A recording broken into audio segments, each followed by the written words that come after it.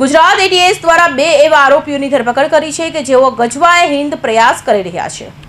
Gujarat ATS દ્વારા પકડાયેલા આરોપીઓના સમગ્ર દેશમાં ગજવાએ હિન્દની સ્થાપના કરવાના મનસૂબા સાથે ભારત સરકાર સામે શસ્ત્ર બળવો કરવાની તૈયારી કરી હતી।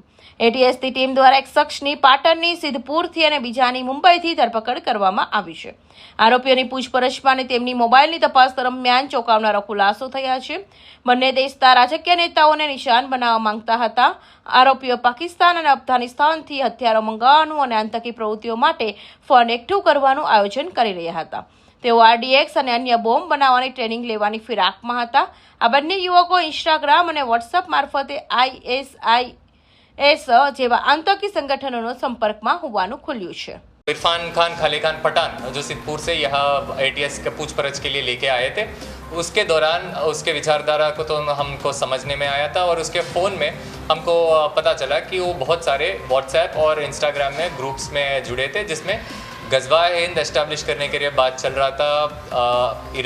पाकिस्तान अफगानिस्तान से जो एक्सट्रीमिस्ट ऑर्गेनाइजेशन है, जो जनरल ISIS टाइप का ऑर्गेनाइजेशन, जो रेडिकल ऑर्गेनाइजेशन है, उस विचारधारा धरावते लोगों के साथ बात करते हुए एट द सेम टाइम उनके हिसाब से यहाँ एक ऑर्गेनाइजेशन बनाना है, लोगों को इकट्ठा करना है, वेपन्स इकट्ठा करना है और अटैक करना है।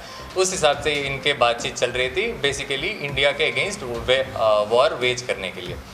उनका प्राथमिक एम ये था कि ऐसा विचारधारा के लोग को सारे इंडिया के थ्रू इकट्ठा करना, वेपन्स को साइफन ऑफ करना और फंड इकट्ठा करना और इंडिया के अगेंस्ट वॉर वेज करना। उसके फ़ोन में और उसके इंट्रोगेशन में ये पता चला कि उनके साथ दूसरा आरोपी थे, जो मुंबई में अभी रह रहा है था। उसका नाम है मुर्शीद जहीद अख्तर शेख, जो बेसिकली इसी का ग्रुप में पार्ट था और सिमिलर विचारधारा से ये बातचीत इन दोनों के बीच में और ग्रुप में चल रहा था। उनका अलग अलग ग्रुप्स थे व्हाट्सएप में और इंस्टाग्राम में, बहुत ही शॉर्ट और बहुत ही क्लोज ग्रुप्स थे। अराउंड 12-13 मेंबर्स ही थे, ओपन टू ऑल नहीं था, थोड़ा एक्सक्लूसिव ग्रुप था।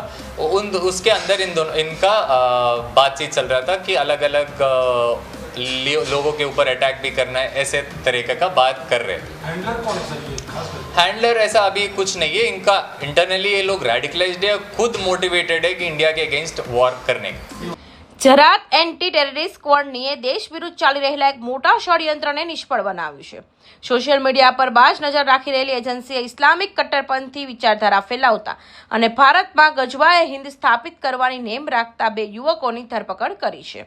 એટીએસે બાતમીના આધારે 2 અલગ અલગ શહેરોમાંથી આ કટ્ટરપંથીઓને દબોચી લીધા છે।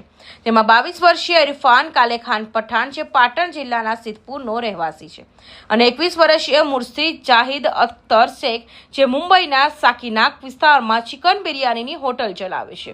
પૂછપરછ અને મોબાઈલ ફોનની તપાસમાં જે વિગતો સામે આવી છે તે ચોંકાવનારી છે। તેઓ દેશના રાજકીય નેતાઓ અને RSS સાથે સંકળાયેલા લોકોને નિશાન બનાવવા માંગતા હતા। આરોપીઓ પાકિસ્તાન અને અફઘાનિસ્તાનથી હથિયારો મંગાવતા અને આતંકી પ્રવૃત્તિઓ માટે ફંડ એકઠું કરવાનું આયોજન કરી રહ્યા હતા। કૌશિક પટેલનો report, Hind TV news, Surat.